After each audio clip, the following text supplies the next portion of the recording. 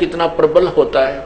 भगवान शिव ने उस पार्वती के कंकाल को, हड्डियों को सीने से लगाया ऐसे, और 10,000 वर्ष तक उनको लिए फिरता रहा जंगल में, इधर उधर, उसको पार्वती समझ के। ऐसे पागलों जैसा हाल हो गया भगवान शिव का।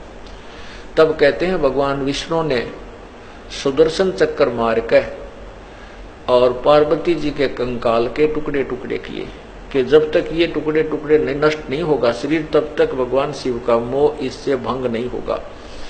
तो जहां पर आंख गिरी, वहां जहां आंखों वाले स्थान गिरा हड्डी ही, वो तो नैना देवी बना दिया मंदिर। जहां पर धड़ गिरी वहां पर वैष्णो देवी का मंदिर बना दिया। ऐसे ये मंदिरों की स्थापना हुई। अब इसमें काफी सत्संग में बहुत सा निर्णय आपको मिलेगा। अब जैसे नैना देवी का मंदिर क्यों बना, वैष्णो देवी का मंदिर कैसे बना, जहां पर भगवान शिव के, पार्वती जी के जो अस्थियां थी उसका धड़ गिरा था नीचे का हिस्सा, उसको वहीं पर जमीन में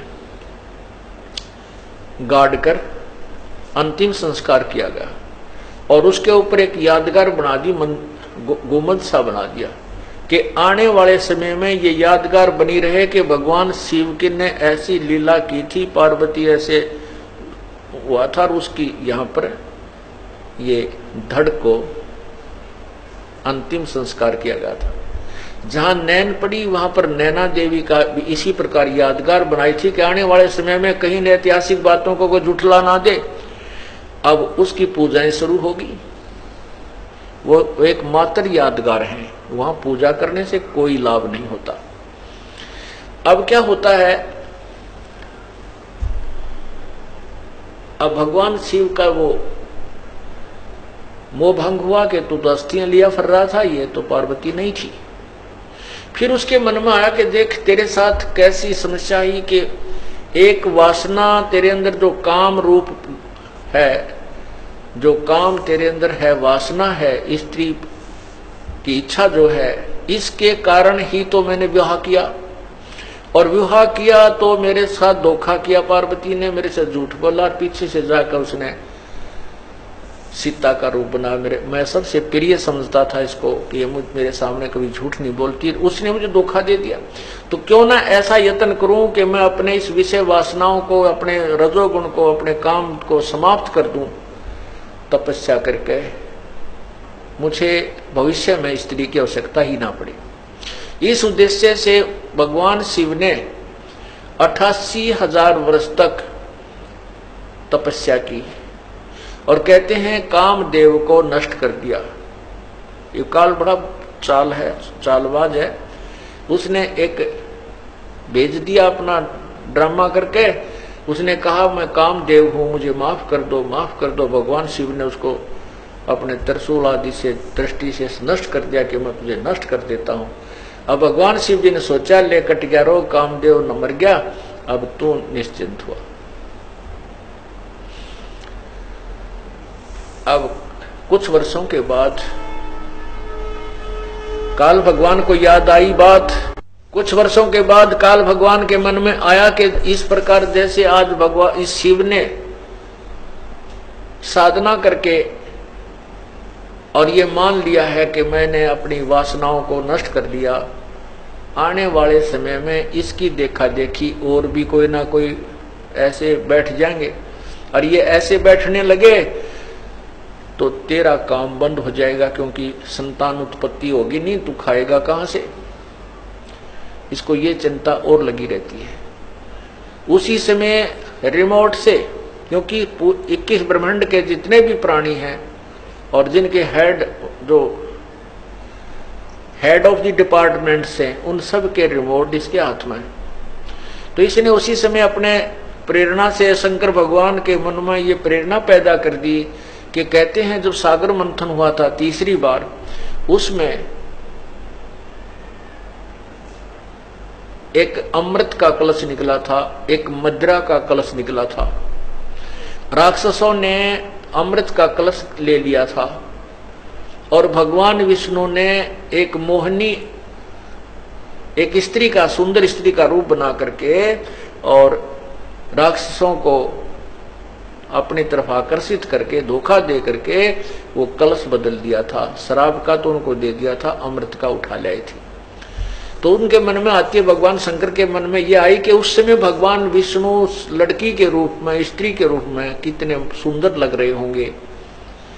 आज मैं चल के उनके पास, विष्णु जी के पास चल के उनसे प्रार्थना करता हूं कि आप अपना वो रूप बनाइए, दिखाइए मुझे जो आपने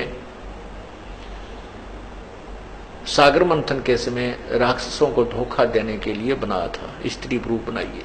क्योंकि उस समय मैंने विष को ग्रहण कर लिया था और मुझे नशा बन गया था, मैं नहीं देख पाया था। इतना विचार करके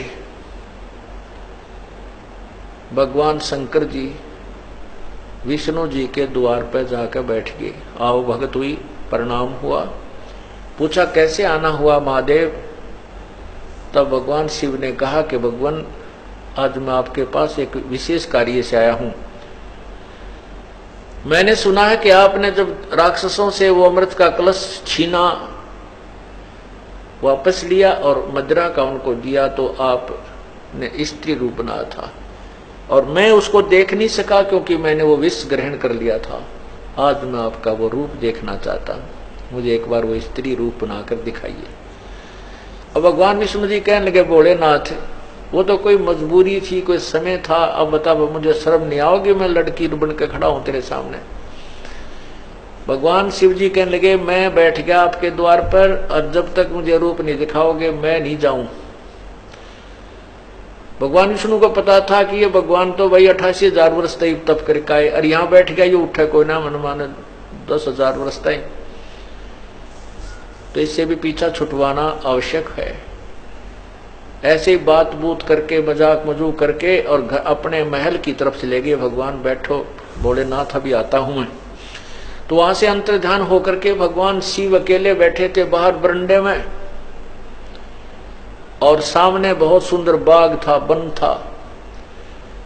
थोड़ी सी दूरी पर भगवान विष्णु ने सुंदर लड़की का रूप बनाया, अर्धनग्न शरीर उसका, और भगवान शिव ने इधर देखा, कोई नहीं देख रहा तो उठकर चल भाग लिए उस लड़की के पीछे। और भगवान शिव जी और विष्णु जी जो स्त्री रूप में था वो थोड़ा सा और माड़ी सी स्पीड पकड़ के आगे को चलने लगे। आखिर में भगवान शिव ने दौड़ के उसका हाथ पकड़ दिया। तब तक भगवान शिव की बहुत बुरी हालत हो चुकी थी, जो यहाँ वर्णन भी नहीं की जा सकती, उनके इतिहास में लिखा है। उसी समय भगवान विष्णु जी ने अपने विष्णु रूप बना लिया। जब उनके मुंह की तरफ देखकर, उनका देखकर ये सती थी, तो भगवान विष्णु ने कहा कि ऐसे मूर्ख बनाया था जैसे आपको बना दिया, राक्षसों को मैंने ऐसे मूर्ख बनाया था। अब यहां परमात्मा क्या कहना चाहते हैं बंदी छोड़ कबीर साहब जी? कहते हैं जैसे अग्न काष्ठ के माही है, व्यापक पर दिखे नाही, ऐसे कामदेव पर चंडा, व्यापक सकल दीप नो खंडा। जैसे लकड़ी में आग है लेकिन दिखाई नहीं देती, और जब ही इसको तिल्ली लगाई जाएगी तो ये अग्नि रूप धारण कर लेगी।